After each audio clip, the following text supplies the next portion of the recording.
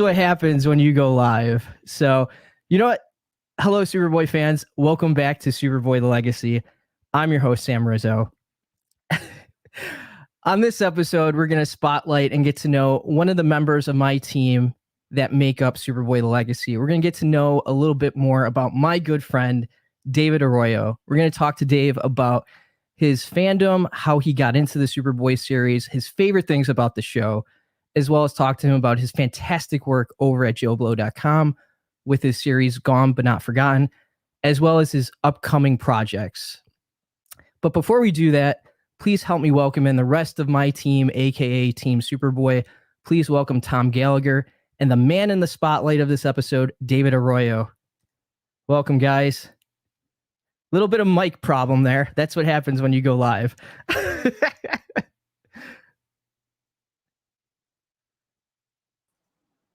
Yeah. Yep. Hey guys, sorry about that.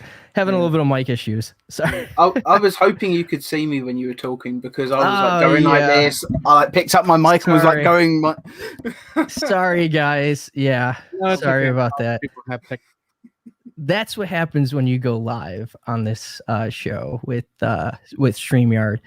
But before we get into peppering David with questions about his fandom, we have some stuff that happened in the news recently.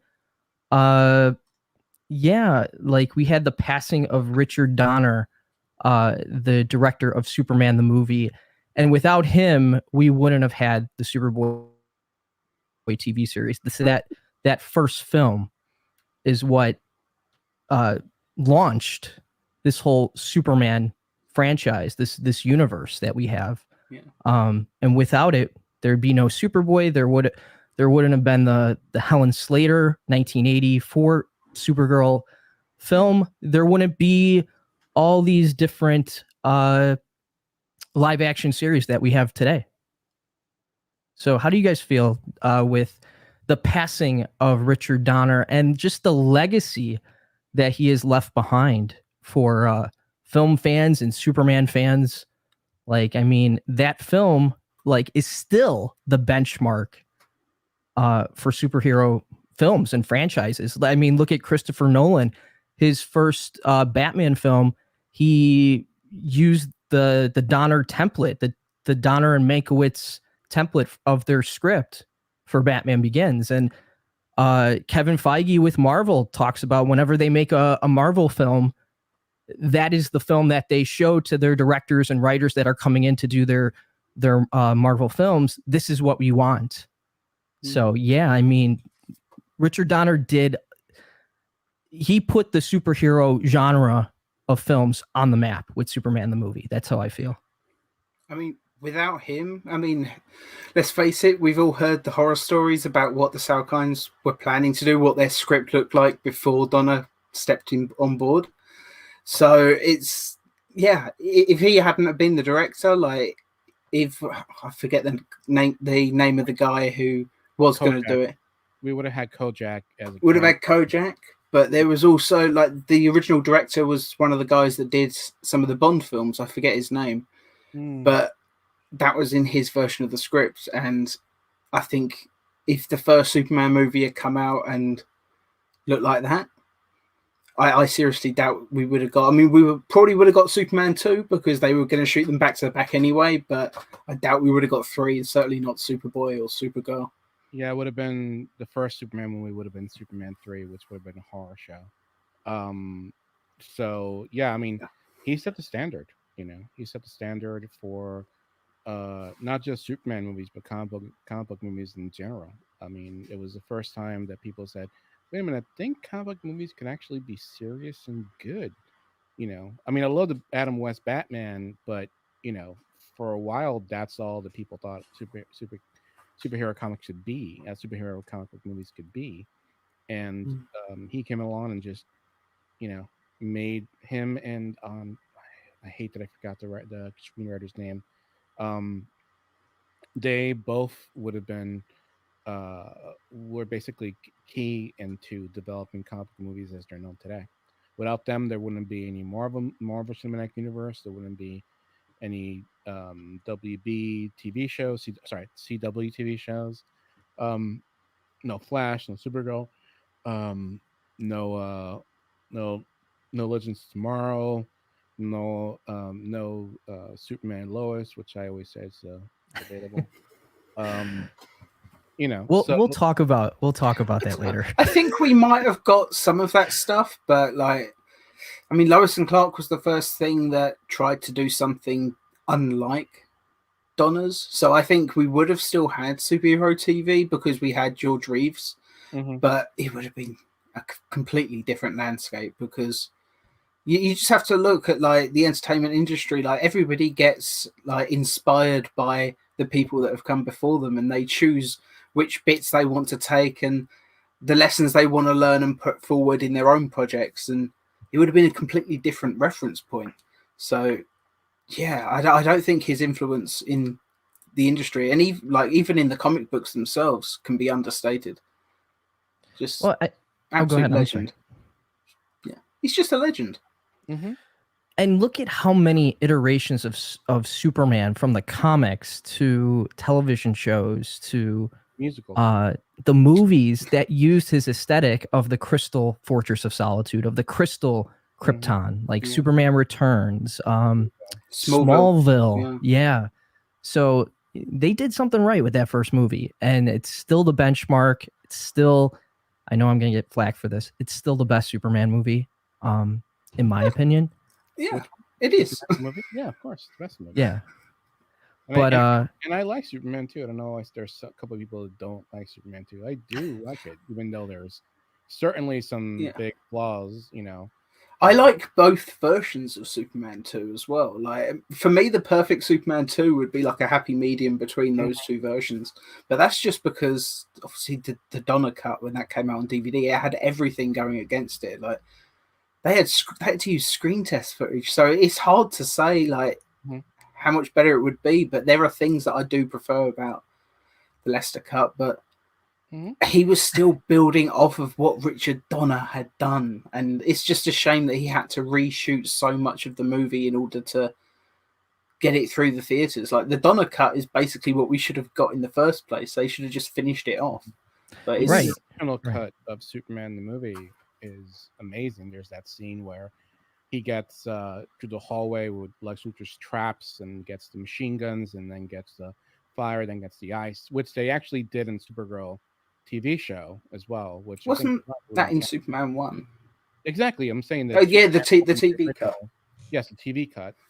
The actual re-released cut that came out in theaters during the anniversary, the 20-year anniversary. And they had that scene included, which was an amazing scene, which was cut from the movie, unfortunately. So Superman, that scene's great. Like when he's like encased in ice and he like bursts his way out. Like that's awesome stuff. Like of the things to cut from Superman the movie, like there's bits I would have cut before that personally, because that's an impressive sequence. Exactly. I mean, Supergirl, like I said, Supergirl actually did that same scene. And it's sad that some people think that actually was an original thought when it's really just a homage to that scene in Superman, the released version. So, and in Superman 2, they kill a kid, you know. Zod and Ursa kill and Nod, they kill a kid. They murder him, you know. And you know, people don't see that, you know, when they have what part is this? Like when they're in like the town when they're in town, the kid tries to escape and they shoot like heat vision and blow things up, and he gets caught in the explosion, and they even say like, "Oh my god, they killed a kid," you know, and stuff. Do you know, it's amazing how many times you can watch a movie and it never connected for me that they just murdered a child. Well, I think it was in the Donner cut. They actually have the dialogue where they actually say that they killed the kid, you know. Wow. But I need to watch that film again. Like, maybe we should do a commentary on like the Donner cut of Superman 2 or something. I know it's not Superboy, but it might be a nice sort of remembrance thing to do one day. Maybe people watching can let us know in the comments if you want to see that. I don't know. Yeah, I'm just reading some of the comments. Yeah, Sam, your mic's on mute. Yeah, I know now. Thank you. Appreciate that. Can't hear you. Oh, sorry. Live show. So, yeah, we'll edit that out in the video later. So let's get on to more news. everybody knows that's been on my Instagram feed and Facebook social media pages this week sees the release of this very special custom action figure from Unleashed Viper. The beautiful, like, it looks from the first fans that have received their figure. I was messaged today by a couple fans that received their figures, and they're like, Sam, this rivals Hot Toys. So they shipped this week. Can't wait to get mine. We're going to do a review right here, a live stream review of the custom figure. And yeah, I'm really excited. Gerard signed about 30 or 40 of them and all the custom bases here. We have this great shot of him signing the bases real quick. Let me pull that up. There it is. Gerard had a blast signing them. When I texted him and we talked on the phone about the figure, he was like, I want one. That was like the first words out of his mouth. I want one. And it's great that they're going to actually give him the actual. He got one right from the company. One of the early, I think it was number 1 or number 2. He got off the production line. So yeah. I mean, people would kill to get a free one like that, and he would just gave it to him. He was did the extra step of actually to Superboy fans signing the bases, which is amazing to me. So it was really cool because he said to me right after seeing the figure, he's like, what would be really cool, Sam? I go, what? He goes, I want to sign every single base for this company, and he did for free. He signed them. So those ship out. I ordered 3 of them. They're coming this week. Can't wait to get them. And we're going to do a review of this amazing 1/6 Superboy figure. And this is the first time Gerard's Superboy has been made into a figure. So it's a first, definitely. I mean, I envy anybody who actually gets their hands on one. Fortunately, everyone knows, but yeah, it's great. I saw he's been refining it for a while. He's done a lot of good work in making the figure. Every day, Sam, I think you were getting like a new. I was getting a new shot every single day. It got better and better. Here's a shot of the final figure with the sign base. It looks amazing. That's great. It's great. Yeah, they did a really nice job. So Dan and everybody associated with Unleashed Viper Customs, great job, guys. I can't applaud you guys enough. It was an absolute pleasure to help you guys get Gerard to sign all of them, and Gerard being so nice to sign them all for the fans. And right after he signed them, he goes, I hope everybody enjoys this figure. And this was the least I can do, was sign such a beautiful figure and the base for everybody. So yeah, just amazing. Can't wait to get mine. So yeah, and it's been great that he went the extra step and actually designed it over and over again to make sure it's just right. And it was funny because every step of the way Dan would message me and go, Sam, like, what do you think of this? The S is right from my costumes. Like it was a template right from that I scanned the S right off the costumes and scanned it and just saved it as an image, and I sent it to Dan, and Dan just put it right over the costume. It looks amazing. Yeah. So yeah, he did a really nice job. It's awesome to see that kind of work, though. I mean, how many shows that went off the air in 1992 are having stuff like this made of this level of quality? Anyway, I mean, a 30-year-old series that no marketing. Well, I shouldn't say marketing, but no like memorabilia, no merchandising was ever made of like Bizarro, Lana, his Clark Kent, John Newton's Superboy. Nothing. Do you know what I like? I would love like a Sovereign action figure or like a Bizarro action figure that looks like Barry Douglas Myers. Like that would be just awesome. Like I don't know. There's not enough Bizarro action figures as it is, and there's this killer design out there that's been here since 1989. Yeah, we need a Bizarro one. We need a Bizarro one. We need a Sovereign one. It's great that so much work has been put in there, and it's awesome to see them. I just envy you, Sam, and Jared for getting those complimentary ones for all the hard work you did, and it's amazing. It was Dan and his team, nothing but nice guys to deal with and work with. And Dan, like I said, he's every step of the way he messaged me, what do you think of this, Sam? What do you think of that? Like, here's the belt buckle. I think he changed the belt buckle like 3 or 4 times just to get it right. And it is perfect now. Like, it's absolutely perfect. Yeah, the belt loops, he said, were the toughest thing. Like, Yeah. But he did an amazing job. I can't say enough. And yeah, I can't wait to get mine later this weekend. A live unboxing and a review of them. And I know a couple other vloggers and Superboy fans and Superman fans are getting theirs this week as well. So it's just an exciting time to be a Superboy fan, to finally have an action figure to hold in your hands and proudly display in your collection. So finally. Exactly. So let's get into the man of the hour, David Arroyo. We're going to pepper you with some questions on how you got into the whole Superboy fandom, how you got into contact with me, which was hilarious. So right off the bat, what's your history, Dave, with the character, with Superman or Superboy? What was your earliest memory that you had of the character? Definitely my earliest memory was watching the Christopher Reeve one with my dad. My dad had a collection of VHS tapes of movies he'd recorded off TV and stuff like that. Like, I guess when he got his first VCR, he went crazy because he had practically everything. He had Star Wars, he had Superman movies, he had obscure movies like one called The Tank.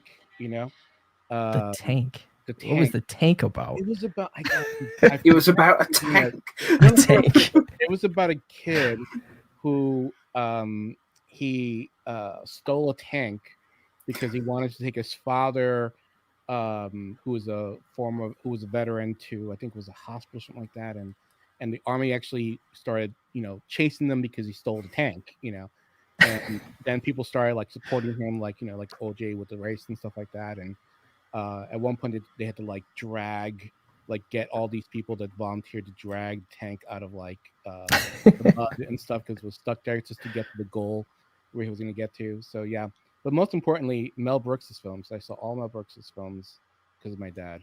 And okay, I had one moment in my life that I made everyone uncomfortable with, because there was this movie called the Mel Brooks day called High Anxiety.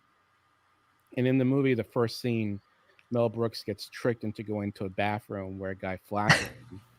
And it was second grade, and I brought that movie to show and tell. And right when that scene came out, the teacher freaked out and was like, "Oh, okay," and turned it off, because as a kid, I didn't realize how inappropriate that was in the story of my life. I did something similar actually when I was young. Except it was the movie Dude, Where's My Car?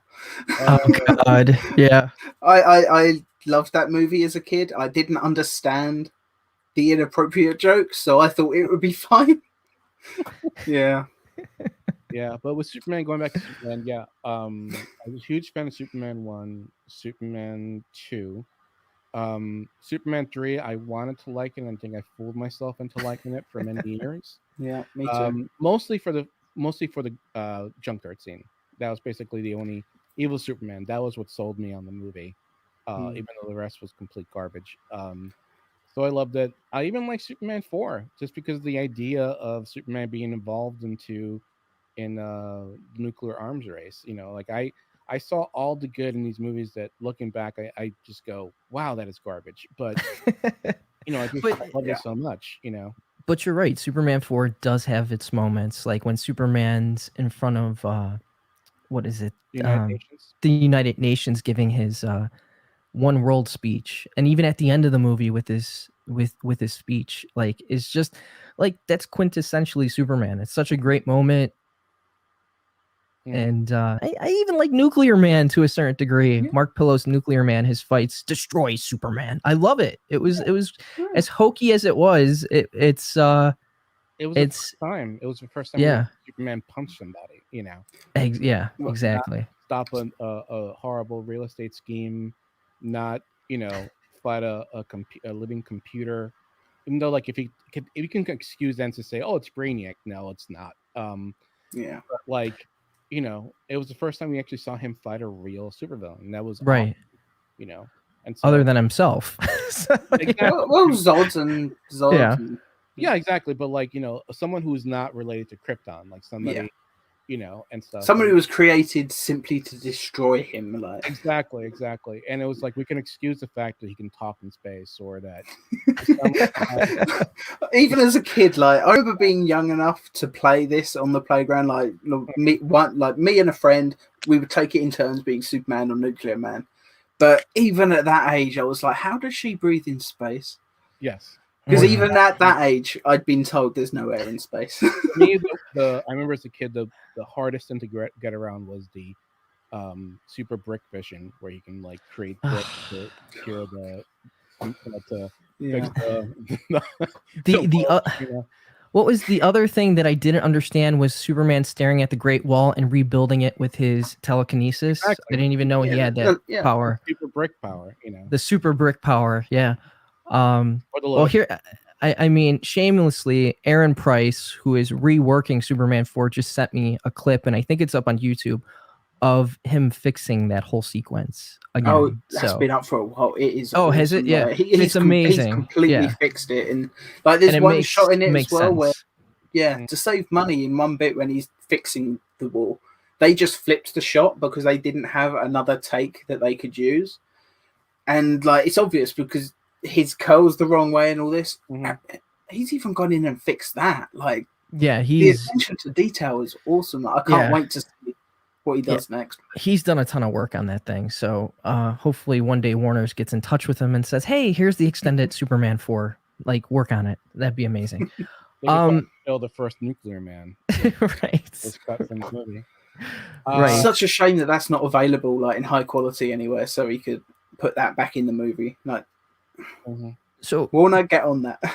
Yeah. So Dave, what was your first toy or memorabilia of Superman or Superboy? Did you Actually, like what my was first comic, which I have on the wall, which I would bring down if I could, is the a John Byrne Superman comic book. I forget the number. If I looked at it, I would be able to tell you. That was my first comic book, and it was one where the Joker has nuclear bombs all around the city, and basically he finds a way to get it. And at one point, he grabs the nuclear bomb, goes up into space. It explodes with him holding it. He comes down, crashes to the earth, gets up and tries to fly, and just falls on his face. And I remember I was reading that thinking, "Oh, this is so cool." And then at the end, it had the best Lex Luthor story ever made, which is where Lex Luthor stops at a gas station, and he starts talking to this waitress, and while she was getting his order, he had her whole history researched, and for him, and so basically he's like telling her, like, listen, if you leave your husband and come with me, I could give you this most amazing life. I could show you this all these wonders of the world. Oh, with my money, you'd never have any need in your life, and he starts going like, because I mean, I know you grew up in this small town, and you married a high school football player. What was his name again? John? Yeah, John. And then he goes like, and you were a cheerleader, right? And she's like, no, I was in the band. He goes, the band. Yep, that's right, the band. And he says, okay, I'm going to give you 5 minutes so you can decide. I'll be here. Until she runs to the back, and at first she's like going like, screw you. And then she goes to the back and calls up her husband, and has this moment where she doesn't know what to tell him, and finally she drops the phone and runs back out, and he's gone. And then as the limo pulls away, the chauffeur says to Luthor, well, you didn't wait the 5 minutes. And he goes, I know, but she'll be thinking about those 5 minutes for the rest of her life. Yeah. And it's like, that man is evil. I have read that. It's a Yes. particularly good Lex Luthor moment. Amazing. Yeah. So that was my first one. Then I had the Superpowers Superman toy that had the cloth cape, Yeah. which I presciently lost very quickly. I thought that was so cool though that the action figure actually had a cloth cape. It wasn't a plastic cape, but actually made of cloth, and I thought that was so awesome. And so yeah, those were my first ones. Those that my first comic book, Superman comic book. I know John Byrne's crazy, but it was my favorite issue that he wrote and drew. So yeah, I love John Byrne's Superman. Like, yeah, Yeah. yeah. Yeah. I mean, and look at the influence he had on Man of Steel. Like, well, Snyder going back and using those elements from the John Byrne miniseries in that film. Mm-hmm. So, yeah. That's in the look of it. yeah. It's a great mix of that and the Donner. Just making Lex Luthor Yeah. like a businessman. That was John Byrne. So That was. Yep. So Dave, how did you get into the Superboy series? Like, what was the first thing you saw of the show that hooked you? Well, it's really sad. I did not have a lot of friends growing up, so I just mostly stayed indoors and watched a lot of TV. And so I would stay up on Saturdays and get up super early and just sit on there up until noon. And around 11 o'clock, we got the Chicago feed. And around 11 o'clock, I believe, they started showing the Superboy TV show. And the first episode I saw was an episode you hate, Sam, where Lana gets possessed by the ghost of a 1950s mermaid. Yeah. And I think it was when I saw Stacy in a bikini, and I was going like, I'm here, I'm here, I'm gonna Uh-huh. give it more episodes. And then Which, our episode came out, and I thought it was the most amazing thing I've ever seen in my life. So yeah. Which led to your crush, your gigantic crush on Stacy Hyde. embarrassing, that's embarrassing. Yes. So, but yeah, like in the Superman ones, it was really interesting because like there were so many stories that I loved. The Bizarro one, I thought that was so much fun and so cool that there was my first exposure to Bizarro, like this like copy is imperfect copy of Superboy, who has a heart, but just has a hard way expressing it. And I think what like if you could consider him a villain, which I don't. He's one of those characters that you go, yeah, I mean, I guess you could say he's a villain, but like you just identify him so much, and you just feel so sorry for him, even when he does these insanely stupid things, like kidnapping Lana and trying to force her to love him and stuff like that. And Right. and it was just amazing to see that. I thought Metallo was awesome, even though at Mhm. the time I knew I still like Metallo. Like, yeah, he's not the most intimidating villain, but he's a lot of fun. Yeah, he is. And yeah, I mean he was goofy and stuff. But the scene that got to me was like I'm watching the first Metallo episode, and the fact that he kills Yeah, doctor in a really creepy way. tons of blood. Just And it's the worst way to kill him because like they just take the you just see the curtain go up. And so they say that in horror movies the scariest effect is to not show the horror and just let the imagination of the audience take hold of it. Yeah. So that was horrifying to me, but it was like in horrifying, like, oh my god, that's so cool, he just kills somebody. And it's and true though. I mean, the first of like, I'm not a huge horror guy, but I do like the Saw movies. And the first film, everybody thinks that you see him cut into the leg. There's a little bit of blood on the saw, and then the rest of it's just Carrie Elwes' face.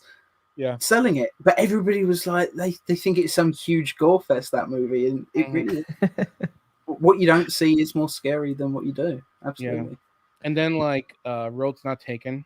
That one introduced me to my love of alternate universes, the what ifs, which is Mhm. what I have right here. Yeah. Comic book ever, what if Wolverine was with vampires. So yeah, that was so cool. And there was an equal Superboy, Sovereign, and Mhm. it was so freaking cool, and I loved it. And I fell in love with Lex. I thought Lex was awesome, and that story of Know Thy Enemy was first thing I ever saw that made me inspired me to like look at comic books, look at media, actually Mhm. start, getting interested in writing was Yeah. that episode, because it was the That, most amazing episode ever. well, that was one of my questions. Like, how did this show influence you as a writer? And, getting to know you over the last, year and a half, more than that, Yeah. like I could see, like in your writing, Feels like like 20. Mm-hmm. I know it feels like forever because Yeah. we have the same taste of sci-fi. I Mhm. mean, the giant Monster Squad poster that's like, is it above you or to the right of you? But like, oh, it's on the other wall. But yeah, like I love that film as a kid. I still do. I still Shout haven't out. seen it. Oh my God, Tom. Haven't seen it? I've never Yeah. seen Monster Squad. I will at some point, I promise you. Yeah, you have to do it. I just want to do Mhm. a little It's shout out to amazing. on this past Sunday. Suffered a massive heart attack, but thank God he got Sorry, to the who suffered a hospital. heart attack, Sam? You kind of froze there for a second. Sorry, I froze for a second. Yeah. I just wanted to do a little shout out to Andre Gower, the leader of the Monster Squad. He played Sean in the movie. He suffered a massive heart attack, 47 years old on Sunday. Luckily, he got to the hospital in time and all is well right now. So thank God for that. And he is the fearless leader of the Monster Squad, but thank God he's okay. So Yeah. hope you get better soon, Andre. So, but yeah, Mhm. one of So, my kid, the Rocketeer. Yeah. oh yeah. Rocketeer's another one we just celebrated the 30th anniversary of. So yeah. Think But it's another one I've not seen. oh my God, Tom. I know. You have to stop saying I that. haven't seen the Phantom either. Oh, you're lucky about the Phantom. You're lucky. People keep telling me to watch the Wow. Phantom. They say just look beyond the goofy costume. There's nothing beyond that goofy costume. Trust me. I'll skip the Phantom then. Yeah. Catherine Zeta-Jones is the only thing that was good about that movie. So. But another thing that me and you have in common, Dave, was when we first started going to conventions and asking people about the Superboy series. And like here in Chicago, and I know you being in New York, just going up to different vendors who would sell the press photos from back in the 90s or whatever, that the booth that has thousands upon thousands of press kit photos, and asking them, do you have anything from Superboy the TV series? And they look at you like, what? Don't you mean Lois and Clark? Don't you mean Smallville? Yeah. I go, no, there was this great series that was on the air. It was one of the first syndicated television series, Superboy. And they just go, no, we don't know what that is. So it was kind of disheartening. I found, go ahead. Oh, I'm sorry. I didn't mean to interrupt you, Sam. No. I found this really great company out in LA. They're long out of business, Hollywood Book and Poster. And every time there was a Wizard convention here in Chicago, they would come with hundreds of photos from the show. So luckily, like that kind of, it was great because this company was so had such a plethora of stuff from the show. So it kind of whet my appetite for getting photos like that in that way. But yeah, me and you had the same experiences going to conventions and people going, I don't know what that is. And it was just, I kind of took it upon myself. Like, I got to make this show, like, I got to get people to this show somehow. And it was kind of frustrating. So, I mean, I remember when eBay just came out, right? So eBay comes out and everybody starts going like, oh, you can find all these like bootlegs and stuff like that, and you can find all these shows that are, you'll never see on DVD and stuff like that, which since then people have put a lot of these things on DVDs, and so I remember going out, well, I gotta get Superboy, I gotta get it, and so I went online and I got a Superboy collection, which was like about 80 DVDs, and I paid $100 for it. Oh my God, $100 for it. Wow. And I had to wait 3 months because the guy was so cheap. He shipped it media mail, and I grew up. I grew up in Puerto Rico, so I was living in Puerto Rico. So media mail is not like here in the States where where you got like, oh God, it's like 2 weeks to get. Sometimes mine was 3 months because they had to put it on a freighter, on the cheapest freighter ever. God. And it's It's gonna take 3 months for them to get to Puerto Rico with media mail. Nobody gives a crap about media mail, so I had to wait for it, and it was torture. And I finally got it. It was awesome. And then burning DVDs was a new thing back then, so I burned copies and try to sell it at conventions. Nobody bought it. Nobody bought it. Actually, I remember playing an episode of Northern Enemy at a convention, and the scene where Superboy breaks through the wall and falls, breaks through the wall, like he burrowed through the wall to the ground to get to that secret lair of Lex to find that computer. I remember one guy went like, what? Like, he had that face like, what the hell is this? And but it's on top of the fact that nobody knew about the show, I also had issues where I was too Americanized for folks in NPR, so I was really kind of alienated to a certain extent for certain things. So Superboy was like the cherry on the cake for me. Like I just felt I felt like there's this an awesome show, but nobody knows about it. And at first I thought like, oh, well, it's just because I live in Puerto Rico, and then I moved over here to New York, and people were like, I have no idea what you're talking about. And I'm like, no, it's a TV show. And like they're like, what are you talking about? Like, I've never heard of that, And that's when I made it my mission to make people aware of Superboy, because I love the show. The show was amazing. The show was what I always wanted a superhero show to be, because after that was like Lois and Clark was just like a soap opera. I know people love that show, but it was just like soap opera. They never really had any villains, and if they did, it was just like drawn as a joke, like the prankster. Yeah, it was just like a joke. It wasn't like really taken seriously. It was all done. I wouldn't mind the prankster if he was a little bit more like the prankster from the comic books. Exactly. And Mixie was a joke on that show. Don't remind me. Horrible. Like the only episode that I thought was semi okay was the one where a army of Kryptonians showed up for some a Metropolis. It was the season 3 finale and the season 4 premiere. Exactly. And there's this one scene where one of them is going like he's eating like some kind of grapes like that, like flying lying down, and he goes like, these prisoners, they're asking for water and food. And the guy goes like, oh, really? Why? And he goes, I don't know. And stuff. And I thought it was pretty cool, but that was it. Yeah. I like Lois and Clark more than you do, clearly, but Superboy is just so much. I just always preferred Superboy too. And like, same boot. I was lucky though with my bootlegs. They were £25 on 25 discs, if I remember correctly. So I was like, £1 per disc. Like, that's a great deal. The quality sucked, but like you appreciated what you could get. Yeah. My set was actually missing an episode. It was missing the second vampire episode. It was missing Run Dracula Run. Exactly. Yeah. It was missing that. Yeah. And I remember going like, I can't believe I paid $100 and I even missed one episode. And I think it would be one episode that I never saw, that I missed. Oh, really? It was pretty cool because it was like Superboy's a vampire at one point, and I thought that was awesome. And and I just saw a trailer for it, and I was just going like, I never saw an episode, and what the hell, man? I never got the hell. And then it took me like decades to finally see that episode, because I found the new DVDs online, which are sadly out of print now.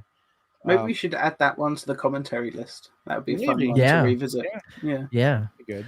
It's funny because after we talked about the DVD sets and that starting to go out of print, especially season 1 seems to be like they're stopped printing it.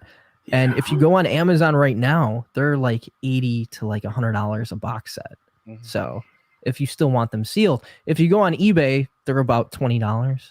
But again, get your DVDs while you can, because physical media seems like it's going to the wayside, and digital's the way it is.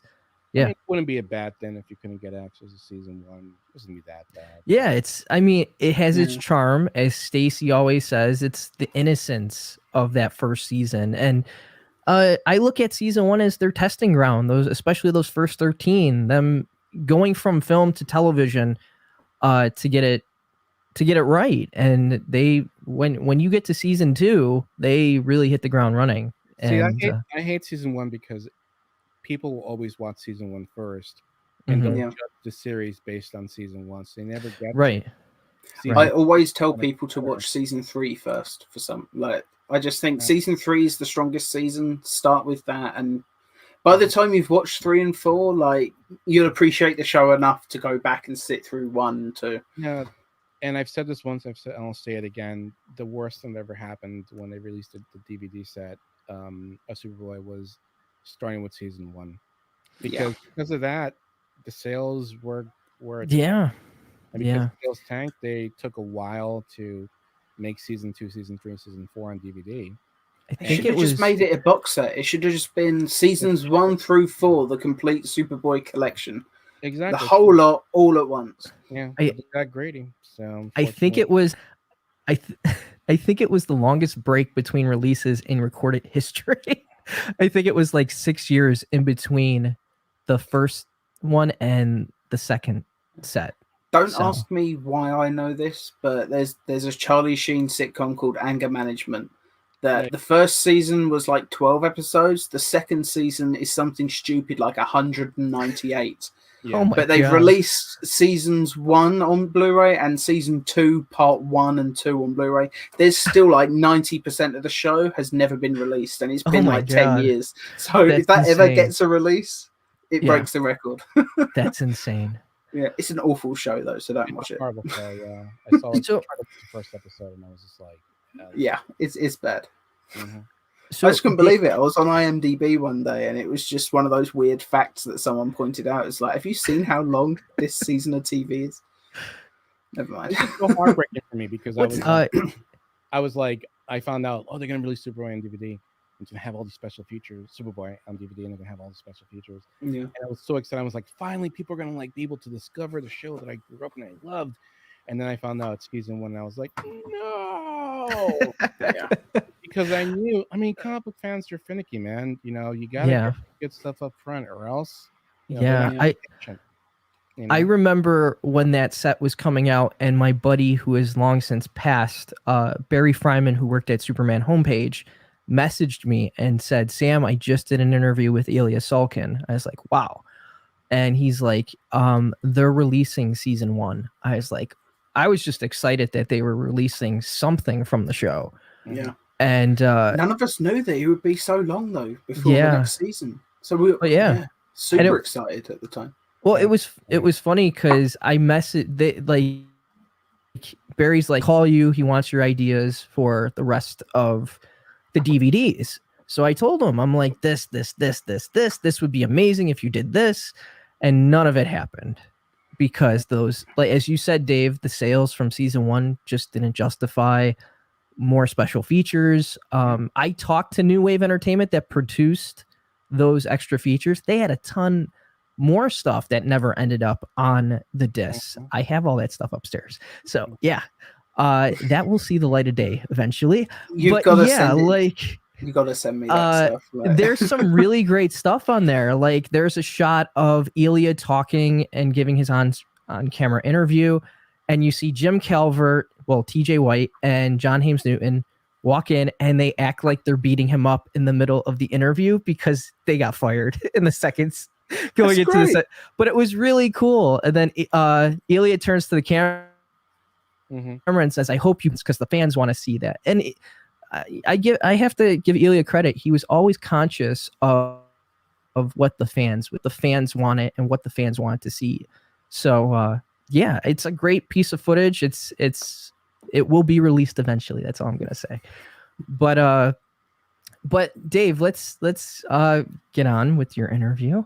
How did you get in touch with me? Do you remember with the whole legacy with so Superboy Legacy when you gotta come back to the origin of my show, Gone for Enough. Oh, yeah, definitely.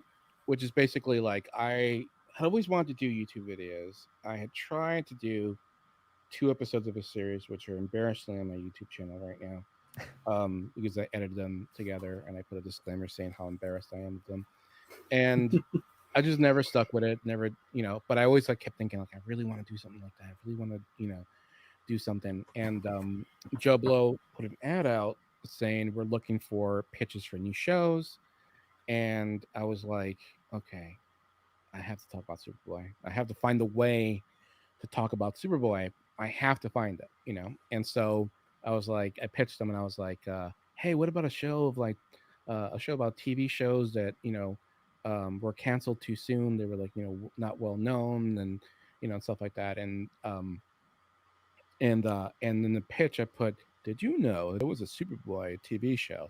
And I told them, and the guys at Joe Blow were like, okay, we'll pick up the show. Sadly, you won't be narrating it. It'll be Jesse. And there was a moment where I said no, where I was like, no, I'm not going to do the show, because if I do the show and I don't narrate it, people are just going to think that Jesse's the one who's behind the show, and I'll get ignored. I'll get no credit whatsoever. And I remember I posted on Facebook and I said like, oh, and one of my acquaintances said like, you're an idiot. And I was like, why? And he goes like, because you have to think about what's more important, your ego or the show. What would you rather do? And I was like, well, I could either do a show where I talk about Superboy and not get any credit, or I could just say no and just go on with my little crappy life and try to do something else online. And if I do a video, nobody will see it, because nobody knows who I am, and Joe Blow has more exposure. And so I said, okay. And so I made the episode, and Jesse narrated it, and sure enough, people thought that Jesse was behind it, but Sam actually thought so. So Sam contacted Jesse. I just assumed it was your voice, so I didn't pay attention. It was funny because I messaged Jesse first, and I said, Jesse, this was really well done. And then he's like, because I said to him, I sent this to a couple of the cast members, and a couple of cast members messaged me back and were like, this was really good. And Jesse, go ahead, Dave. I messaged Gerard's name, which I'll take to my grave as the most embarrassing thing I ever did in my life. I texted Gerard the video, and I texted Stacy, and the first thing that Gerard messaged back was amazing. That was great. So yeah. And then go ahead, Dave. No, and then Jesse told me about you, and then I think it was either you or Jesse sent me a screenshot that Stacy said she really liked it, and I literally froze for a second. I was just like that. A good minute that like my wife thought I had a stroke, and and I was just like, I even posted on Instagram a picture of a guy's head blowing off, and I go, the moment you realize that the crush of your life, of your childhood, finds out you made a video about them and likes it, and and that's how me and Sam, got to know each other.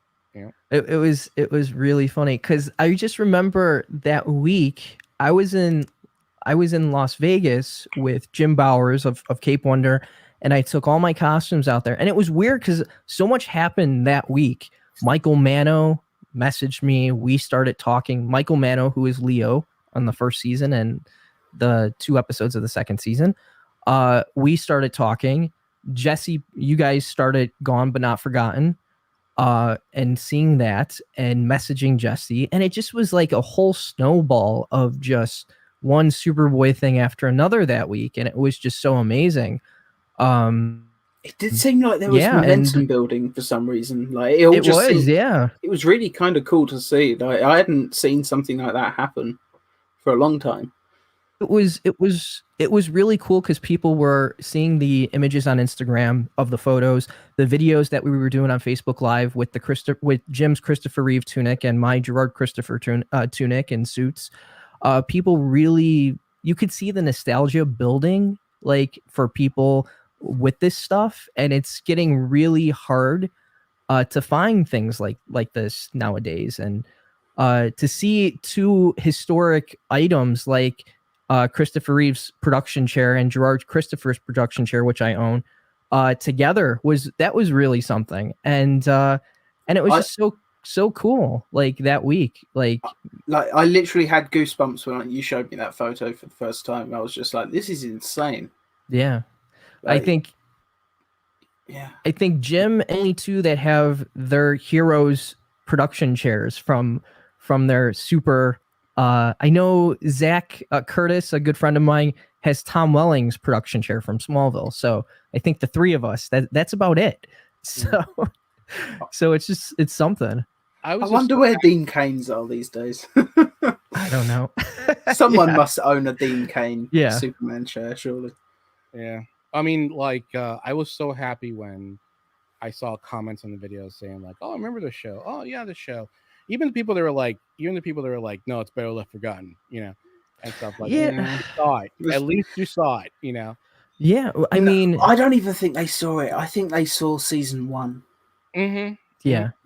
It's always the way. Every time I've seen someone saying, "Why do you even talk about Superboy?" I watched it, like, it was terrible, and I was like, "How far did you get?" And it's like, I gave up in season 1. It's like it's the exact same story every time.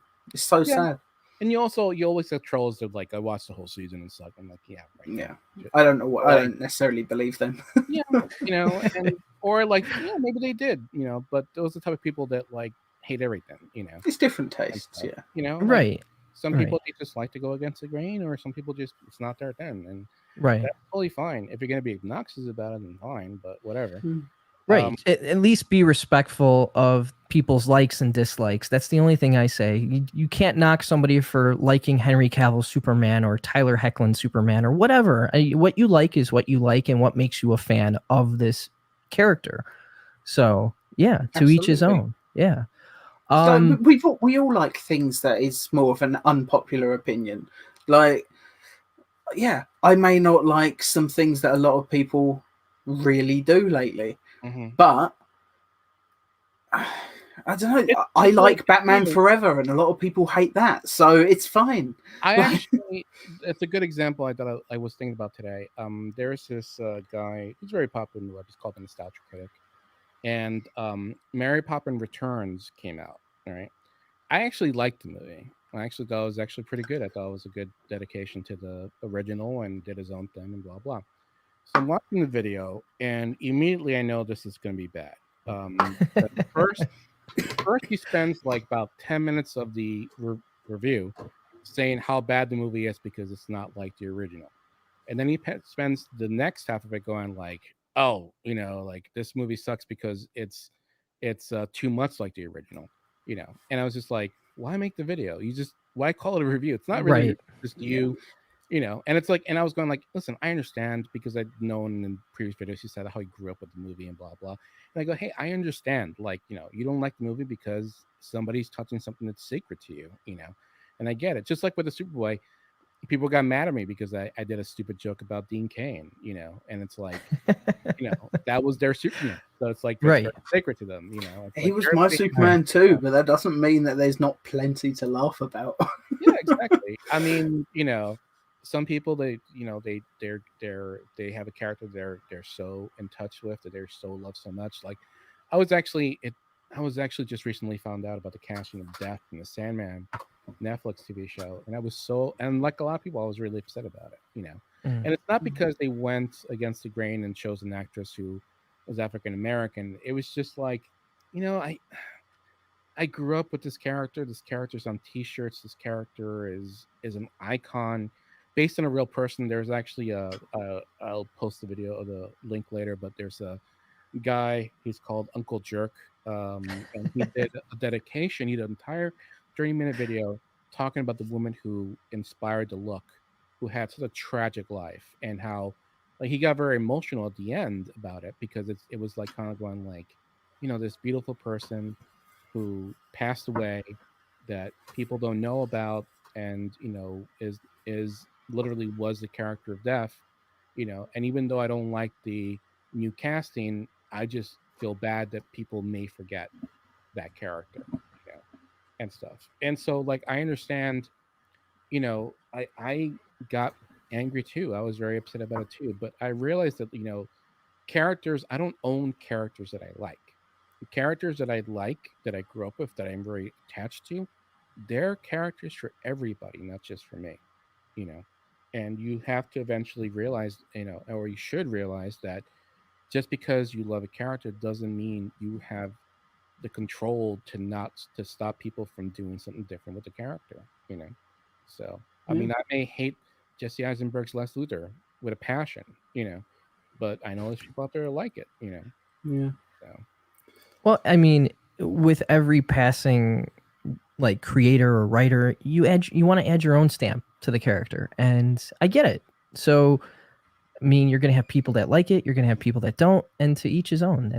I agree with you, Dave. You know, yeah. So my last question for you, Dave, seeing how you are a team member of Superboy Legacy, what do you think the legacy of the Superboy TV series is? What does it mean? What does the legacy of the show mean to you? Actually, you know, just to go back a little Okay. bit.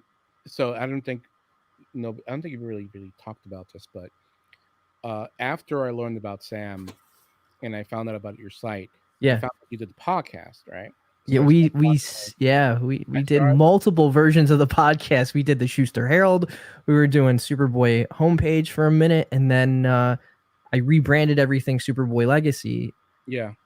So and I it remember, just sounded better. Yeah. yeah, exactly. So I Mhm. remember I devoured the podcasts, and Yeah. then you got to a point at the end of I think it was episode 9 or something like that, and you just stopped. I think it was like around 5 or 6. Yeah. And then I was like, you know what would be really great is if I brought a team together and we just had like a team of It was always Superboy work members. schedules most of the time, though, wasn't it? It was Yeah. just trying to find, and we'd set a date, and then something it would was come up, and it was just, you know, it happens, I guess. But Mhm. So it was always great when we come back. Like it was great to, yeah. So It's been good. This is where my relationship with Sam went from acquaintance to friendship. Was because Right. at this point when you stopped, I kept bugging you, going like, "Hey, when's the next episode? When's there gonna be more? When you doing more? When you doing more?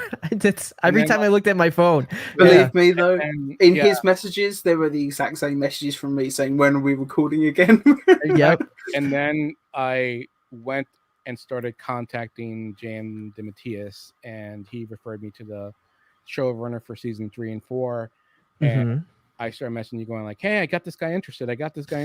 Yeah. That's where you're like, David, you're just part of the show now. You know." I literally said, like, David, you're coming on now. Like, I mean, because his fandom for this show, like, is the same as mine. We want to get so many people to the party and see what, like, this cast and crew did over 100 episodes. And I mean, those episodes have gone on to influence other iterations of Superman, Lois and Clark, Smallville, and even Superman and Lois to a certain extent. What they did was something special, and I feel like it needs to be acknowledged. And yeah, I mean, it was really interesting how, and I point this on the video, how they did things before the comic actually did it. Like Superboy, the look of Superboy Connell, they had before that. They had the DEO before DEO before DEO was created in the comic books. They had, you know, the version of DEO and Superboy, you know. The Bureau of Extra Normal Matters. Yeah. Exactly. They did it different initials, but it's basically the exact same thing. Yeah. Exactly. Then they did you know, X-Files types episodes before X-Files even existed, you know. Right. And I remember one of the comments was this guy in the comment who was like, "Oh my God, they did Red Sun. They did the Red Sun Superman." And the other guy was like, "Yes, they did." And the other guy was, "Well, technically, but I guess you're right." And like, so people like started going nuts on the comments, and I was just like going like, "See, this is why the show is great. This is why it's right. This is why it's so tragic to me and heartbreaking that, you know, people don't know about it." And I'm always bugging Sam about ways that we can get people to learn about the show, and how depressing sometimes it is that we have a hard time doing that, you know. I'm not afraid to get irritating with it, though. Like if I'm on Twitter, like I was on Twitter and I saw someone say, it was a screenshot from Batman versus Superman, and they were talking about just how Zack Snyder's such a genius for putting Superman's followers with the armbands to symbolize the Nazis and all that stuff. And I was like, yeah, this is from an episode that aired in 1990 of Superboy, and it's the exact same imagery. Exactly. Like, Pointed it out in the video too. I will say though that the most annoying thing that came from that video was the barrage of comments of people saying, "Well, Superboy's in crisis. You're wrong. Superboy's in crisis on the CW." And I'm like, "No, he wasn't. No, he wasn't. No. There's that episode where Superman is dying. And that's really Gerard. And somebody made a video replacing the face." I had to. It was annoying me too, and I was like, you know what? If you're going to keep pestering me and spreading this false, just absolute bullshit lie, I'm going to make it fucking true. And it was like a wildfire, Tom. You set up a wildfire of people constantly showing me that clip, going like, "See, it's real." I'm like, no, it was not real. But what was How funny? did they think it was real though? I put a disclaimer at the beginning of the video saying this is what I did. What I've learned making the show, nobody reads anything on the No, they don't. And what was funny was I literally texted both John and Gerard and was like, "You guys aren't in this, right?" I mean, when the article first, and they're like, "Nope, we don't even know what you're talking about." And they weren't going to tell me if it was legit because they had to sign an NDA. But still, like, well, the moment I think in the Gerard would trailer, have told me. Yeah. But like it was in a trailer. If it was him, I'm sure the NDA no longer counts because it's like, yeah, it's me. But when Gerard says, "I don't know what the hell that is," he's not in it. So come on. But I love the website. I emailed the website that ran with that article initially, and it was all BS. And I said to him, I go, I'm friends with these guys. It's not real. And they're like, "No, it's real." And they ran with it. And I was like, you got to be kidding me. Well, they kept saying it was John. Yeah. They kept saying it was John Newton. It was John Newton. All the photos and John in the article were of Gerard. So it's clear they didn't even know who. They didn't know who they were talking about. Exactly. Yeah. They had no clue what they were talking about. They just clickbait, basically. That's all it was. I think it was extra infuriating to us, though, purely because Superboy so rarely gets any kind of news coverage at all. And the one story we do get in like a year. And it's bollocks. Right. But I loved when you did the clip and you posted it on Instagram, Tom, and I showed Gerard and he was like, "Why does this guy want to kill me?" Remember? Yeah. Why does he want to kill my Superman or Superboy? It was so funny. But yeah, like Dave said earlier, when you heard that Stacey had seen it and liked it, like it was a very similar thing. It wasn't a crush, like because Stacey, but Stacey saw something that I made. I think it was I redesigned the DVD covers, and she liked them all on Instagram and that. And the same thing. It's just your heart warms, and it's like, my childhood crush. That's. But Tom, man, you did too much of a good job because people got aggressive with me, going like, "You don't know what you're talking about," and it was so annoying every single day. Well, I apologize for that, but at the same time, it was too much fun to not do. Yeah. Well, you're doing something good when you could fool a whole Superman, group of fans. The annoying thing is, though, I mean, people were still showing the original version that I hadn't done and still saying, "No, that's him." Yeah. And it's like I would comment on things saying, "Actually, if you see, this is a photo of Tyler Hoechlin's stuntman, and this is a screenshot from the thing. They're very clearly the same person." It's just, they probably just didn't have the money to replace his face. It's like, well, Hoechlin was busy doing something else at the time. Yeah, he was probably shooting that terrible Netflix series. And what sucked about it? It was like it just kind of was kind of the double-edged sword. There was that, it sucked that people were saying that that person was Gerard when it wasn't. The worst part about it was that could have been him, right? Just 2 seconds on screen. That would have just taken. It would have taken like nothing. It could have been like an effort of you doing a fart. That's how. I said it before.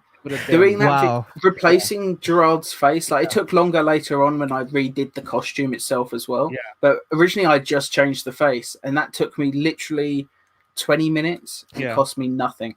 I mean, and I'm just like, seriously. Yeah, I mean, they made freaking clip with the Birds of Prey, a Yeah. show that like Yeah. everyone hated, like the It got majority cancelled after one. Like, it didn't even finish its first season, did it? Like, no, so and Superboy ran for 4 years. Like, yeah. and it was the first live action DC show, as I've said 1,000 fucking times, to do the multiverse on screen. Like, ever there's a time. Exactly. You mean you pay people to have lines of a show that everyone hates, and had special effects and had the costume and everything. You paid money for this, but you couldn't pay a man who can just in a second go lie down, wear a costume, go, okay, thanks, go home. And then he's just go home. Like, you even have to pay for his freaking hotel. You couldn't have like a trip ticket, You don't even have to do that though. Still use the stunt man. Just get Gerard in his house to take a picture of himself from that angle with his iPhone. Yeah. And text that into the show's producers and it's like, right, this is what we're using. Done. Yeah. So easy. 20 minutes. 20 minutes and a phone call. That's all it takes. Yeah. And that's what's tragic. It would have been. Sorry. Yeah, it would have been nice for them to do a nice deep dive into Superman lore and bring Stacy or Gerard in for like one scene, just to pay homage. Do you know how I would have done it personally? Like, there was this whole ongoing thing in that episode where they're looking at different universes as they're getting snuffed out of existence. And most of it is the characters looking at a screen. Why not on that screen show, I don't know, just take any random screenshot from a bunch of different DC shows that they haven't got time to do fully and just have it like flash like montage style and just say these are the universes that are getting destroyed and just find a shot from a random episode where Gerard's in pain, like where he just turns like that's all you need. Exactly. Like, so easy. Your screen froze when you did that just now. Did it? No, I'm just oh, and I did that. Yeah. It's just so tragic. It just kind of shows a tragedy that knows about the show. Even people that purport to basically say like, we are Superman experts, we've seen everything Superman, and you say, have you seen Superboy? And they're like, no, and like it's what? So even when it's people's business to know this stuff, though, it's like Sam told me about this auction that he went to with the Bizarro mask, and they had it labeled as a Bizarro mask from Lois and Clark. And it's like it's literally your job to know what this is from, so you can sell it for for a price that reflects its value. It's your whole job is knowing what it is and what it's worth, and you get it.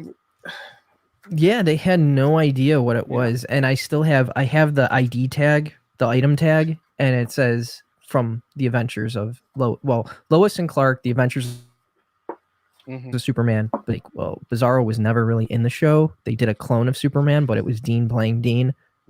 Dean's Superman. Yeah, it was Dean playing himself as a 3-year-old, basically. Exactly. Yeah, which is a fun episode, but it's not Bizarro.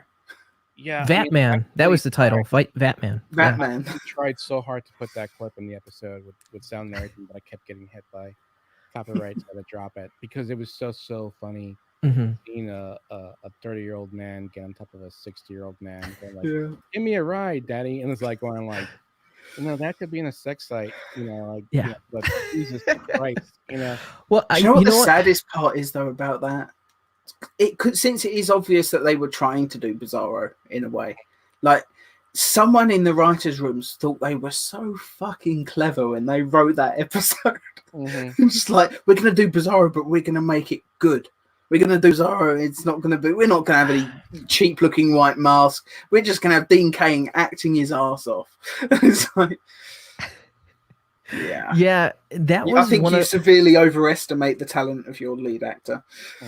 Yeah, well, that was one of those episodes where they clearly ripped off Superboy, and there were many. Yeah, they did it a bunch of times. I mean, Superboy Lost. That was another one. You can't say that one anymore though, because George Reeves did. It. Yeah. So. Yeah, but I think every Superman show should just adapt that story. Just make it like a tradition. At some point, they adapt that. How good would it be to do a Superman and Lois episode where he has to stop immediately or he loses his memory for an episode? But there's always an episode like that in all TV, in all sci-fi. Mhm. It's the always a amnesia meteor and it's episode. always amnesia though with There's Superman for always the some reason. amnesia episode, or there's always the body swap episode. Those Yeah. are the two constant ones, and those are the ones I always skip. Mm. Smallville. I love body swap episodes, like when Superboy and Lex switched bodies. Like they clearly had a lot of That fun. was Like actually, that was Sherman actually- Howard did a great job. Like, and Gerard was clearly having a lot of fun, like playing Howard's version of Lex. I can't Yeah. imagine how they would have done that with season like Scott Wells. Just Gerard doing his worst acting ever. No, nobody wants to see that episode. I'm sorry, Scott Wells, rest in peace. No, nobody wants to see that. You know, the reason why that one worked is because of the effort that the actors made to act as the other characters. And like I saw the Smallville body swap episode with Lionel. Yeah, that was bad. Like that's a crap one, you know. It's like, and that's why I tell you what, this one like that, I always go, this is crap, you know. I tell you what, I have been rewatching Stargate SG-1 recently, and they did an episode of that with body swapping, and over the course of the episode, all of the main characters swap bodies with all of the other characters in the episode, and it's really well done because it's clear that I think they'd been acting for 5 years with each other at this point, so their impressions of each other were just perfect. Like, yeah, it's all about, I guess, the chemistry of the actors, just and how good they are at imitating each other. Doesn't always work, but when it does, it's brilliant. If you want to see an entire show of body swap episodes, it's actually done right. Dollhouse has the most amazing. I mean, the whole show is a body swap episode, and it's an amazing show. And what's funny was that was the first show that I realized, oh, just because I like an actor doesn't mean they're a good actor. Because, you know, what's sad about that show is Elisha Dushku. I love her. I think she's a great actress. I've actually seen her in movies where she does an amazing job, but in the show, she's the same character every time. She was so plain. And then what makes it worse is that you have the supporting cast. Like I forgot the man's name. He's always in things that I wanted to be. He's never, and who's in Agent Carter. I interviewed him a few years ago. I'm completely blanking on his name. He's an amazing actor because when I saw that, it was like watching someone transform into another actor, you know, and another character, and it was amazing. I think he's an amazing actor. I wish he could get more work because he's like one of those people I just go, he needs more work, he needs more exposure because he's an amazing actor. Him and the girl, she's Australian, I forgot her name. She's also another amazing actress, and she was on stuff for a while, but kind of like petered out after a while. You know? Did you ever see iZombie on the CW? Yeah, I stopped watching it though toward the last season. I kind of lost interest during the last season as well. But when she's got the different personalities, like I thought she did a fantastic job doing it. It's not strictly body swap, but it's more like personality swap, and she just knocked it out of the park. I mean, the episode where she eats the brain of a person who did role playing games, that one was hysterical. But yes, Natalie stopped watching the episode, the show. The moment when I stopped was when she stopped wearing the makeup, when she stopped wearing the white wig and the pale skin. When she stopped doing that, I was just like, I'm not gonna watch this show. You know? Like, yeah, it's strange that was when I stopped watching as well. It's just it just kind of felt like a betrayal because you go like, I guess you kind of had to because the world knew about zombies at that point. So it's like if you don't want people to kill you, basically, you've got to hide. But it was kind of. I don't think that should have been the basis for the final season anyway. I think it should have been. I don't know, working towards a cure, but not to that level. It should never have been a practically like apocalyptic show. It was a fun police procedural with a woman that eats brains. It was fun. It was silly. But I mean, we're really off topic now. But we are going back to. Well, I mean, basically the whole point is that like body swap episodes are rarely good. Yeah, they work. They work when you have two really good actors, like you mentioned, Dave. Yeah, exactly. Yeah. I mean, there's actors out there that I love, and I literally watch the movie or TV show, and afterwards my wife has to go like, "Did you like Alison Brie in that?" And I'm like, "Alison Brie was in that?" And she was like, yeah, she played the main girl, and I go, oh my god, it is her. You know, Yeah. because Mhm. they're such a good actors, you know, that they embody the character. You forget who the person is playing it because you Yeah. just see the character. It's funny you mentioned Alison Brie, Mhm. because when that guy from Agent Carter and Dollhouse, when I talked to him, I did bring up an episode of Community that he was in. Mhm. So that was, Yeah. that was fun. And he was like, nobody's ever asked me about that before. It's like, I think it's a particularly good episode, and I thought you were really good in it. So Yeah. it's just, sometimes actors are just that good. You see them in one random episode of a show, and just like, that's an actor. Like, Yeah. You know, so. Well, let's go back to that one question that I asked you, Dave. What do you think is the legacy of this TV series? Like what would you hope it to be in the future? I mean, I hope people would actually see it. Yeah. Feel bad that DC streaming service went kaput, and now, and even before then, they stopped streaming the show. You know, I wish we get more exposure. I wish people would watch it. You know, I wish HBO Max, like HBO Max just remastered Superman the animated series into 1080p. Come on, take Superboy. Like, give people a chance to actually see it.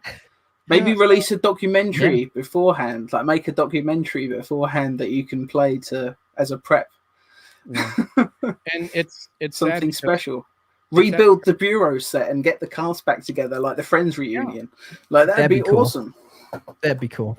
It's like my hope one day too, and I talked to Sam about this, renting out a theater and letting people go in for free just to watch you know, Roads Not Taken or Battle of Bizarre or No Diane, and just that would be amazing. Actually fill up the theater. That's what I want. I want a theater full of Superboy fans, you know, because it's so rare to come across one in my experience, you know. So I've only ever met one other person in real life that has even heard of the show. So it's sad, but it's true. It's not Chris, is it? Chris couldn't join us tonight, but yeah, Chris isn't. It's not Chris. No, someone from real life, someone I've actually met in person. Okay. But I met one other person who actually watched the show as a kid. Like, that's just stupid that that's the case. Yeah. But it's, and I say this all the time, it was like you either saw it or you didn't. And it's like you're in this little niche of people that remember the show and love the show and held on to the show because it went on to influence them, like you, Dave, in writing or film or whatever. And, you know, I've talked on numerous podcasts about how this show has stuck with me over the years and how I cherish it and love it and want to bring more people to it, like you, Dave, and you, Tom. It's just amazing to have an outlet through the website and this podcast to bring people to this. I just got an email and an Instagram message from somebody that was an extra on the show that we're going to have on very soon, who got to meet Gerard and Stacy and walk through the Bureau. So it's going to be really cool to talk to him coming up very, very soon. But this show was my touchstone towards Superman growing up. This was my first Superman growing up. And to bring more and more people in, like, that's always been my philosophy, is like, you love the Christopher Reeve Superman? Well, this is that, just a spin-off of that, a loose spin-off of that. But it embraced the Silver Age of the comics. It brought in Bizarro, it brought in Mattel, it brought in all these great characters from the pages of the books. And it did something right. It did something, and it kept the character true to his core and his heart. We're seeing with Superman and Lois, even though I know, Dave, you don't really care for the series, but it stays true to who the characters is, his heartbeat, and they understand that. Especially that last episode that they had, a brief reminiscence in between cataclysmic events. What a great episode title! But and speaking to you, Dave, about doing a screening, that is something that we are definitely going to explore once, you know, things get back to semi-normal. Like, I've been exploring different ways of doing that, and I think it's a fantastic idea. It's an idea I thought of before that I really just kind of put to the back of my head that just I didn't think it was going to work. But I think through the podcast, through the website, and through just doing more and more events, we can make it happen. And and speaking to being in a room of Superman fans, I was at the Superman celebration. Like I try to be at most of them. But I was there the one year with Tracy Roberts, who played Darla, and they had a screening of The Road to Hell in Artist Alley. And Tracy got up there, did her little Darla monologue with the town's official Superman, Josh Boltinghouse, which he was awesome. And Tracy got in her Darla costume, which was fantastic from the Roads Not Taken episodes. The entire auditorium was sold out. And after the two episodes that they showed that were that they showed on the screen there, people came up to me and were like, I've never seen the show before. How do I find out if there's more? I'm like, well, there's 4 more seasons, worth of episodes. Mm-hmm. And people never saw this. How do I get more? And it was like, this is like watching the Christopher Reeve Superman, like that version of the character, on a television series. So it was just kind of gratifying to hear people gravitate towards it and really like it and want to know more and see more. So like to see that sold out auditorium, to see all those fans, Superman fans that just never got to see it, and then come up to me and just be like, we love it. We want to know more. And it was just like, wow, it was very gratifying. Like, wow, that's crazy. So, but everyone I've managed to convince to watch the show has had that exact same reaction. Like, just have to give it a chance. Well, it was really something to see a sold out auditorium and everybody at the end stand up and clap. Like, wow, like they get it. They get what we love about it. Like, yeah, and that was really something. I mean, but if I ever meet a Superboy fan in real life, I'll hug them. Well, to wrap up real quick, Dave, are there, like, you have a bunch of projects coming up. You have the Gone But Not Forgotten series. Can you talk about anything coming up about that? Like any episodes in the pipeline? Right now, next episode will be Batman, the animated series. Okay. Which I'm currently writing right now. Hopefully I'll finish that today. And if that does well, we may do, this is kind of like a backdoor pilot to be honest with you. If it does well, we may spin out and do a show that I've been trying to sell called Escape from Toonsville, which is basically kind of like a Gone But Not Forgotten for cartoons, American cartoons. Maybe eventually anyplace else, but like Danger Mouse or something like that. But Danger Mouse was quite big in England. Yeah. Duckula also, I believe. Duckula? Oh my god. Yeah. Animaniacs. Animaniacs. That was my favorite. Great. Yeah. Did you ever see the Mask animated series? I did. I loved that show as a kid, and I still think it's pretty funny. Like, when you consider that the only other The Mask media there is outside of the comics is Son of the Mask, I'm just like, I'll just happily watch the animated series all the time. I mean, it's great. It's just silly fun. Yeah, but I mean, even if the backdoor pilot doesn't work, I will still do the show. It won't be possibly a regular thing on my personal channel, but I'll definitely do at least a couple episodes. Specifically, the first one being the Silver Surfer cartoon. Oh, that's cool. Yeah, that'll be cool. Choice. But yeah, like I'm hoping that does well, and I keep saying I'm gonna do these video essays about the CW shows. Specifically, I'm trying to write one for Batwoman, the destruction of Batwoman is what I'm gonna call it. And then I'll probably branch out because I also have ideas for other ones, like my critique of the not so Legends of Tomorrow. I like Legends of Tomorrow. I love it too, but It's my favorite CW show outside of Superman and Lois, just because it's the one that's don't get me wrong. So doesn't take itself seriously. Like it's just. I mean, don't get me wrong. Some of these shows I'm going to be talking about. It's not that I hate the shows; is that I hate the direction they've been going in, or how they've wound up. Specifically with Legends of Tomorrow, I feel it's like, well, I mean, are there any characters left there from the comic books, or are they all just original characters? That's why I haven't watched this like lately. It's just because one of the main reasons I love the show so much is I love Brandon Routh as the Atom, Raymond Palmer. Like he was just so good in the show, and they just decided that now that the character's in a happy relationship, there's nowhere else to take it. I said that's bullshit. How many shows? I mean, okay, they say once the will they won't they couple get together, it's like the kiss of death for a show. But there are plenty of shows that have managed to do it well. Like they've got there and still done like 3 more seasons of just really solid drama.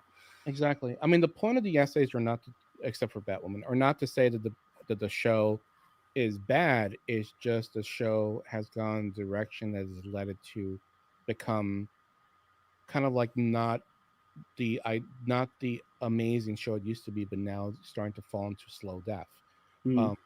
So like I'll be talking about Legends of Tomorrow. I'll be talking about the tragedy of Supergirl, the exhaustion of the Flash, also, and you know, are you even watching this season? Because I watched 1 episode and I was just like, yeah, I think I'm done. I am, but as I stated, you know, a lot of these shows have run their course, or have gone off the rails, or have just forgotten what they were originally. You know, and, it's a shame. It's a shame. You know? Yeah, it's a shame. I really liked The Flash when it first started, and it just seems to be a parody of itself of late. And it's just gone in. Just to give you the summation of the essay, it's basically the reason The Flash has suffered is because they have lost sight of what the show was, and the main crux, the main destruction of these shows is crisis. Yeah, because when you build for something for so long and you don't have a game plan of what's going to happen afterwards, that's when you have a problem. Right. And that's why these shows have suffered so much. Right. You know? I think the extent of their plan for post-crisis was purely they're all in the same universe now, guys. That's it. That's their entire plan. Yeah. And you can tell because the second half, the fact that it came halfway through a season of all those shows just shows to the audience just how little, just how poorly thought out it was. Because it was just the second half of each of those seasons of shows just felt like just a cluster of terrible ideas because they were scrambling to work out what they wanted to do. Like they almost had to repilot it after Crisis. And it's a shame because the only good and I don't want to say the only good, it's really harsh for me to say, but the only shows that I feel still that actually have the magic of the comic books, actually have magic of a good show, are shows that are not even associated with CW, like Titans. Titans, Doom Patrol, and now Stargo, which is moving to the CW, which I find kind of weird. I'm not a huge fan of Titans, but there are things I like. Titans is a work in progress. Titans is right. It has gotten a lot better. The second season got better. It was, Towards the end, it got better. I do, and like Superboy is great in it. And how awesome is it that Kevin Kline like brought back his old Superboy theme for it? Like season 3, the fact that Superboy is going to be in it more means we're going to be hearing that Superboy theme tune a lot more often, and I can't wait. Yeah, Joshua Orpin as Connor Kent, Superboy is fantastic. He's really really good. Yeah. How cool is it that it's a live action Crypto? That is, that's fantastic. I love that. That is the best thing in my life. I love that. When I saw that, I was like jumping up and down. You know, it wasn't as bad as the reaction I had with Martian Manhunter and the Snyder Cut. That was so. I will say this though, this is the first time I've ever cursed at the TV in a good way. I just started screaming at the TV. I could go on for hours. I love my wife's reaction to that movie because it was like every 5 seconds was like, why wasn't this in the movie? Why did they not put this in the movie? Why did they remove this from the movie? It was like a mantra over and over and over. I really don't like the Martian Manhunter in the Snyder Cut. I'll be honest. I think it ruins the Mark Kent and Lois scene, and then the end. It should have been Jon Stewart. That was the original plan, anyway. I guess you could say that, but I just love the fact that something that has been rumored for so long that has been denied was finally put into a movie, and it was Snyder wasn't denying it though, because he was showing off his storyboards for it for like a full year before it came out. Right.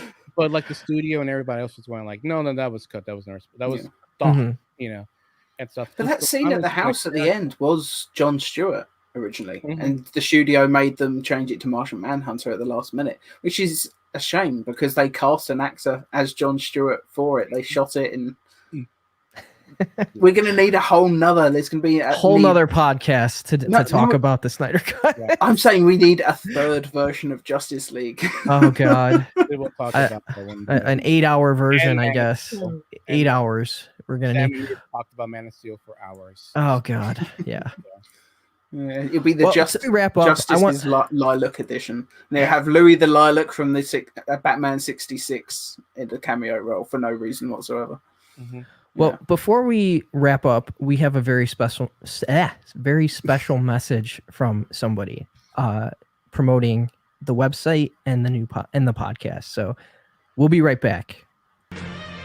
Hi, I'm Stacey Hyduke. Also, some of you may remember me as Lana Lang in The Adventures of Superboy. My friend Sam Rizzo has done an amazing job at keeping the Superboy legacy alive. And if you want to learn more about the 4 years that I spent bringing Superboy's first love to life, tune in to Superboy, the Legacy Podcast. It's available on Apple iTunes, Spotify, and all major podcasting platforms.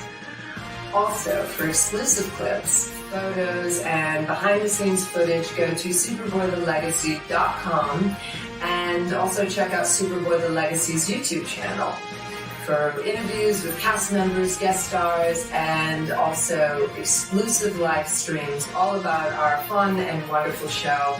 And I want to thank Sam so much for keeping the Adventures of Superboy alive. Thank you so much.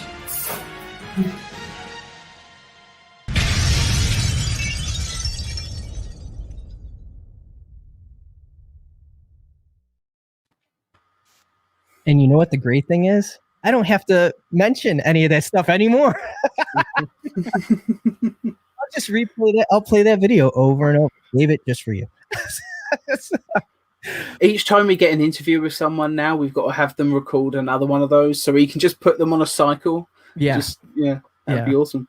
But yeah, she did that, and that was very nice of her. Stacey, thank you again for doing that promo. And thank you, Aries. Thank you, John Fent, for all the great work you did with enhancing that video and making it feel like the original promotional ads back in the late 80s, early 90s. It looked amazing, and thank you guys. Stacey, thank you again. But we're going to wrap up real quick. Dave, do you want to plug anything else that you're doing? Actually, Sam, are there any comments at all? Or Oh, wait. We do have some comments. Hold on. Sorry. I'm jumping ahead. Gerard really respects his fans when we were talking about the figures earlier. Harvey also says it's Warner had common sense. They would create merchandise for the show. I agree. Yeah. It's long overdue. It's sad because it took them forever to make a Christopher Reeve Hot Toys. It took them over 30 years. Why did it take that long? Licensing. Getting the license for his likeness. That's the other thing. And the Salkins and Warner Brothers, like, it was a whole mess of stuff going on. And if you really want to know more, go on capewonder.com and check out Cape Wonder's podcast. They talk all about that stuff over there. Alan Burke from All Star Superfan Podcast chimed in. How's it going, Alan? I love Gone But Not Forgotten. There you go, Dave. So yeah, just some of the comments we had tonight. Thank you everybody for commenting. Really appreciate it. Thank you for watching, everybody that chimed in. So Tom, anything you want to plug real quick? Nothing at the moment. Nothing. The Mindscape best of clips thing hopefully will be up soon. Just waiting on Warner Brothers to release a copyright claim on it, but yes, it should be fine. We're waiting for that. Yeah. I just posted that tonight on the YouTube channel. It looks amazing. Watch the clip. Some of the shots came out so well. Yeah. There's a lot of close-ups in Mindscape, and the software works with close-ups. It works amazing. Than anything else, yeah. Absolutely amazing with the close-ups, and even like just like the texture on his suit, like everything. It just that Topaz software is absolutely amazing. Dave, anything you want to plug real quick again? Gone But Not Forgotten. Anything else? Just Gone But Not Forgotten. Still trying to get off my butt and do those other projects I talked about. Yeah. Yeah, that's about it, really, guys. Okay. I do know that we are here at Superboy The Legacy trying to come up with we actually have some things in the pipeline that basically what we're doing is we're making our own special features, is what I can say. That's what we're starting to do. Exactly. Yeah. So that's been the plan, yeah. We did a bunch of commentary tracks. They're up on the YouTube channel. They're up on the podcast channel, superboylegacypodcast.com, also superboylegacy.com. So go check those out. More have been recorded, so there's a bunch more. I have to post the Know Thy Enemy. We started an after show, which we delve even deeper into the episodes and talk about themes and arcs and stuff within the episode. So yeah, that will be posted within the next week. Go follow our social media platforms on Facebook, Twitter, and Instagram, as Stacy mentioned in the great promotional video she just did. To not miss anything Superboy related, go to our website, superboylegacy.com. All podcast episodes are available on Apple iTunes, Spotify, Google, Amazon Music, and all major podcasting platforms. Thank you again, guys. Tom, Dave, you're the best. Thank you, guys. And for Superboy The Legacy, I'm Sam Rizzo. Till next time, same super time, same super channel. Dave? Throw that S. Throw that S, everybody. I still don't have a catchphrase. You don't have. We gotta work on a catchphrase. But I keep thinking of them, but they're too dumb to use. Like, you can actually use my shirt. Legalize kryptonite. Yeah. Thank you, everybody. We'll see you real soon. Thanks again.